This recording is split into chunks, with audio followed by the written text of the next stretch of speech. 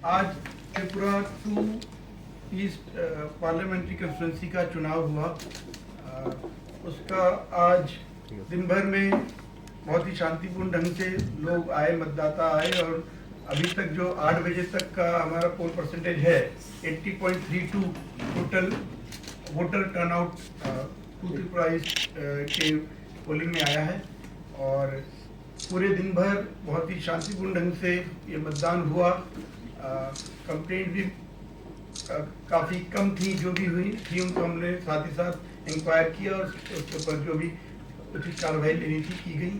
तो इसके लिए मैं सबसे पहले सभी मतदाताओं को धन्यवाद दूंगा कि वो बिना किसी भय के अपने घर से निकल के अपने मतदान केंद्र तक गए और उन्होंने ये अपना मतदान दिया। त्रिपुरा 1 वेस्ट का जब चुनाव हुआ था 19 अप्रैल को, तब भी शांतिपूर्ण ढंग से चुनाव हुए थे। आज भी उसी प्रक्रिया को जारी रखते हुए 2 ईस्ट के जो मतदाता थे वो अपने पोलिंग स्टेशन में आए। टोटल इसमें 1664 पोलिंग स्टेशन थे 6 डिस्ट्रिक्ट में।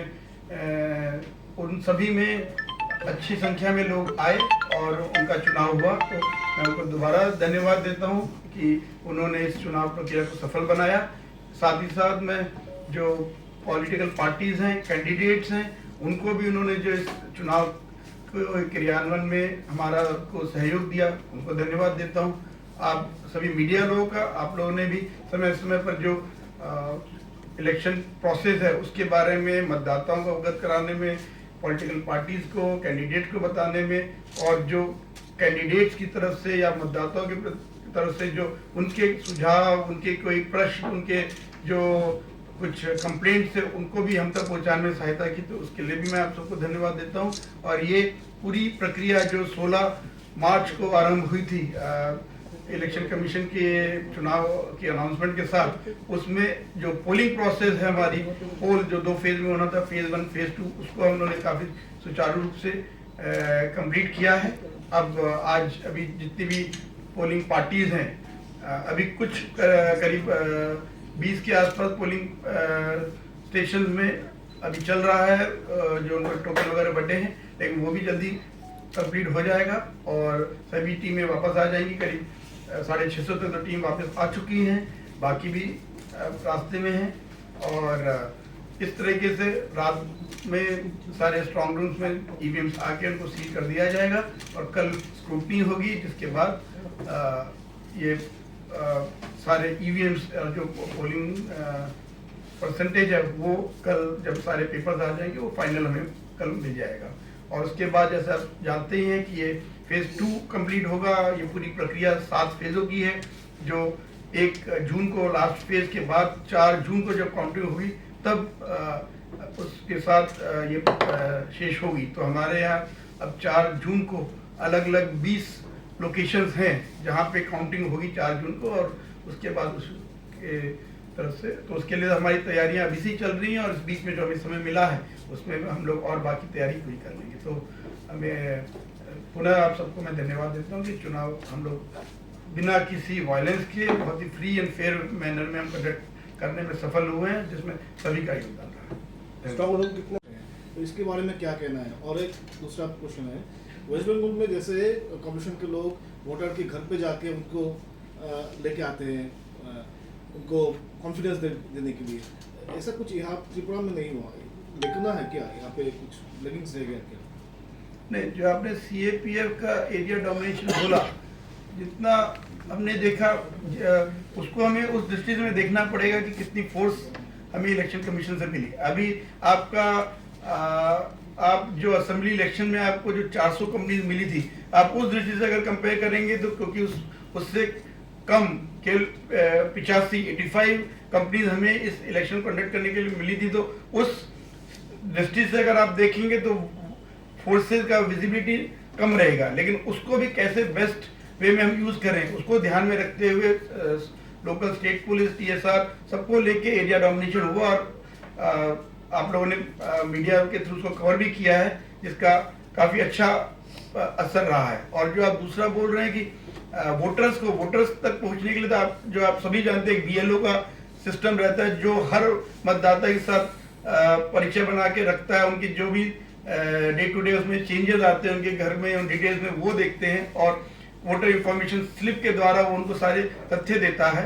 और जब इलेक्शन हो रहा होता है तब ARO, सेक्टर ऑफिसर, वो सब उनके साथ कांटेक्ट करते हैं। अगर आप किसी पर्टिकुलर मतदाता को सहायता करने की बात बोल रहे हैं कि इलेक्शन के टाइम पे, तो आपको पता ही होम वोटिंग की फैसिलिटी जो है उसमें यही है कि जो 85 ईयर्स प्लस और आपके पर्सन विद डिसेबिलिटीज, दिव्यांगजन, उनके लिए ये सुविधा है कि वो घर में से भी वोट दे सकते हैं। तो वो हमारे यहाँ 11-12 तारीख को फेज 1 के लिए और 17-18 तारीख को फेज 2 के लिए सफलतापूर्वक किया गया।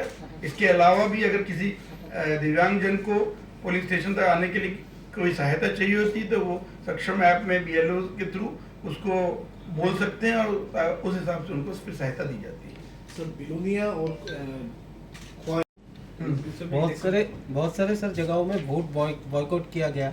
और आपने अभी भी सर जो बताए फ्री एंड फेयर इलेक्शन की बात अभी आपने बताया, आज भी बहुत सारी जगहों में, तिलियामुड़ा में, शाबलूम में, ऐसे सारे बहुत सारी जगहों में एजेंट को बाहर निकाल दिया गया, भयभीत दिखाया गया। जो मतलब जो मतदान करने जा रहे हैं उसके घर में तोड़फोड़ हुआ रात को।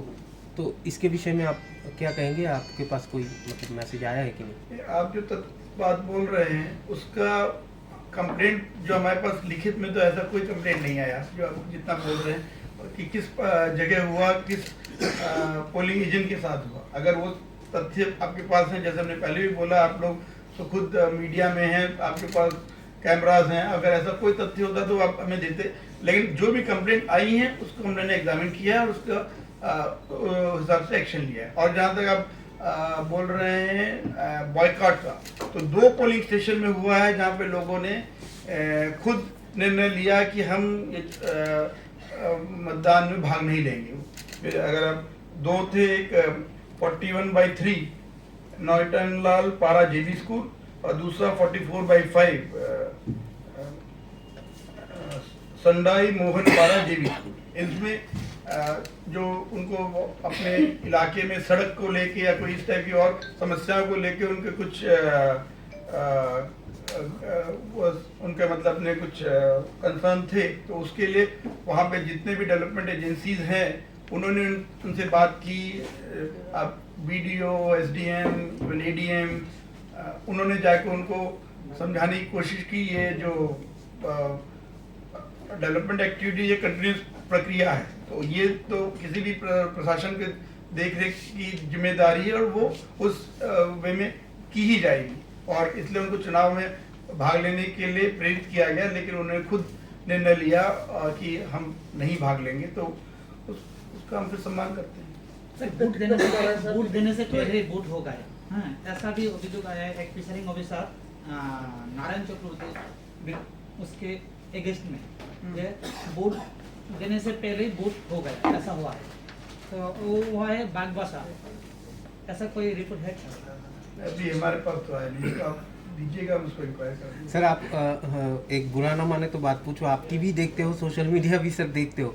अगर आप देखोगे त्रिपुरा में तो बहुत सारे सोशल मीडिया में, टीवी में वो चल रहा है। अगर आप जांच पड़ताल करोगे तो सर आपको देखने में मतलब जैसे मैंने कहा तिलियामुड़ा में हुआ, शाबलूम में हुआ, जो मतलब अटैक हुआ या तोड़फोड़ किया गया, वो आपको प्रमाण मिल जाएंगे सर। तो कितना वोटर नहीं दे आया? दो सेंटर में कितना वोटर है? तो इसमें आपका टोटल वोटर 41/3 में 649 और 44/5 में 1059। तो उसमें 41/3 में तो 2 वोट पड़ा था, 44/5 में 12 वोट पड़ा था। सर इलेक्शन कमीशन ने जो आपका मतदान बढ़ाने के लिए बहुत सारा अवेयरनेस किया था, हर जगह में अवेयरनेस किया था। तो अभी हम लोग आज देखा गया जो मतदान से बॉयकॉट किया था, इस विषय में कोई व्यवस्था लेगा क्या इलेक्शन कमीशन? मतलब जो वोटर वोट बॉयकॉट किए हैं तो इसके ऊपर चुनाव आयोग क्या कोई एक्शन लेंगे या आप लोग कोई एक्शन लेंगे? चुनाव आयोग एक्शन वाला तो कोई बात नहीं है। हर मतदाता को स्वेच्छा से मतदान देने के लिए बोलते हैं, इसलिए किसी को फोर्स नहीं किया जा रहा। इलेक्शन कमीशन भी इसलिए किसी को फोर्स नहीं कर रहा। जैसे हमने कहा, हर जो जहाँ पे भी बॉयकॉट हुआ उनको यही समझाने का प्रयास किया गया कि आप अगर इस मतदान में चुनाव में भाग लेंगे तो आप खुद एक तरीके से अपने एरिया के डेवलपमेंट में पार्टिसिपेट कर रहे हैं, तो आप इसमें भाग लें, लेकिन फाइनली उनकी खुद की चॉइस है कि वो वोट दें या ना दें। सर तो इस कितने वोट केंद्र में 100% या उससे ज्यादा वोटिंग हुई इस पर? इसमें एक है आपका जो अम्बासा में है, करीब उसमें 112% का आया है। कारण वही है, इसलिए सही बात है, उसको अभी से बता देना बेटर है। जो कारण आपका फेज 1 में था, वन त्रिपुरा वेस्ट की सीट में, वही कारण है कि वहाँ पे गवर्नमेंट एम्प्लॉयज जो थे वो उन्होंने इलेक्शन ड्यूटी सर्टिफिकेट के अंतर्गत उसी निकटतम मतदान केंद्र में वोट दिया, जिसके कारण वो जितना मतदान खुद वहाँ के इलेक्टर्स का हुआ, उसके ऊपर जब हम वो ईडीसी के नंबर डालते हैं तो वो ज़्यादा हो जाता है। सर ब्रेकअप मिल सकता है कितना वोटर थे और कितना ईवीएम में गया, कितना गया? उसका फिर हम दे देंगे आपको, उसको आप लोग ले लीजिएगा उसका अभी हमारे पास, क्योंकि अभी ब्रेकअप नहीं है, लेकिन 112% हम ये बता सकते हैं और कारण वही है। सर कितना वोटर हुआ? 82.32। 80.32 अभी 8 बजे तक का जो फिगर है, अभी और थोड़ा सा चेंज होगा। सर इसमें टोटल कितना कंप्लेन आप लोगों के पास आया है? हम टोटल कंप्लेंट फर्स्ट फेज और सेकंड फेज सब मिला के 92 कंप्लेंट्स आया है, जिसको हम लोगों ने अकॉर्डिंगली डिस्पोज किया। 3 जो रिसेंट कह लीजिए आज आई है उसको देख, अब 2 बचा, एक और का भी अब जवाब आ गया, तो सभी जितनी आई हैं हमने सबका उसका एक्शन लिया। तो 5 जन एक्शन, तो 5 जन ने वोट देने के लिए, और वो खुद भी अभियोग किया कि कमीशन इस बारे में कुछ नहीं करता। आप लोग तो बारी बारी वोटिंग स्टार्ट किया 85 प्लस, तो आगे 5 इयर्स का एक मतदाता था, खुद ही चल के गया, ये अभियोग आया। इसमें आपको नियम को समझना होगा। नियम कहता है कि 85 वर्ष के ऊपर जो कोई है वो स्वेच्छा से चाहेगा तो इस सुविधा का इस्तेमाल कर सकता है, और अगर वो वरना वो अपना मतदान करने भी जा सकता है। तो अगर वो चाहती तो उसके लिए वो अपना आवेदन कर सकती, तो अवश्य वहाँ के उनको जाके भी घर में मतदान कराया जाता है। Sir, there is a incident in Kanchanpur, Mittingachara. Alleged that OC beaten some voters, they boycotted the vote. Later, the voting took place. Do you have any complaint about that incident? If so, what action you have taken? नहीं, complaint तो अभी मतलब ये खबर आई है तो उसको हम लोग अकॉर्डिंगली पुलिस के पास भेजेंगे। लेकिन जो आप बोल रहे हैं वो बात ठीक है, वहाँ पे कुछ बाहर जो बूथ रहते हैं उधर काफ़ी भीड़ थी, तो उसको डिस्पर्स करने के लिए उन्होंने जो लॉ एंड ऑर्डर एजेंसी ने उनको जो कार्यवाही करनी थी वो की गई, जिसके कारण शायद लोगों के कुछ वो जो उनके वो मतलब उनको समस्या लगी, तो उन्होंने उसको उस समय थोड़ा बॉयकॉट किया, कह सकते हैं कि उन्होंने वोटिंग कुछ समय के लिए बंद रही। लेकिन फिर वहाँ पे सभी सीनियर ऑफिसर्स पुलिस के गए, एसडीपीओ गए, उन लोगों ने उनको समझाया और फिर मतदान दोबारा से। और जो उस विषय में और जो करना होगा वो जो भी आइन के हिसाब से जो किया जाना है वो किया जाएगा। सर मुंबई में एक बी अटैक हुआ, जो बी ये है, क्या हुआ? कितना आदमी इंजर्ड हुआ? वहाँ पे क्या होगा, एक्शन क्या? ये तो खैर ये तो नेचुरल वो है, तो उसमें जो भी होगा उसमें तो इलाज किया जाएगा, उसका इलेक्शन से नहीं है। वो तो एक कह सकते हैं कोइंसिडेंस है कि जब आप चुनाव में जा रहे हैं तो वहाँ पे बी अटैक हो गया, तो जिन लोगों को अगर काटा गया जो वो हुआ होगा उनका तो इलाज के लिए सुविधा ली जाएगी। सर अंदर specific information peculiarity ARO of Kumarghat constituency, अभियासन कॉन्स्टिट्यूंसी, वो उन्होंने एक पोलिंग एजेंट को निकाला है, नंदकिशोर दत्त है पोलिंग एजेंट, 50 असेंबली कॉन्स्टिट्यूंसी का 15 नंबर बूथ है। ऐसा कुछ स्पेसिफिक इन्फॉर्मेशन आपके पास आया, कंप्लेन आया क्या? अगर आया तो क्या স্টেপ নেবে?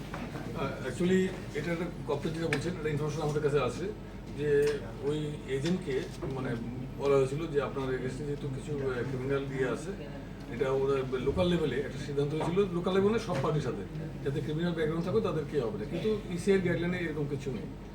Until unless one is accused সেটা তো ইয়ে নেই। তারপর ওটা আমরা চেক আপ করি, যিনি এআরও ছিলেন, এবং কিছুক্ষণের মধ্যে আবার ঠিক হয়ে যায়, সর্ট আউট হয়েছে। सर कहीं कहीं देखा जाता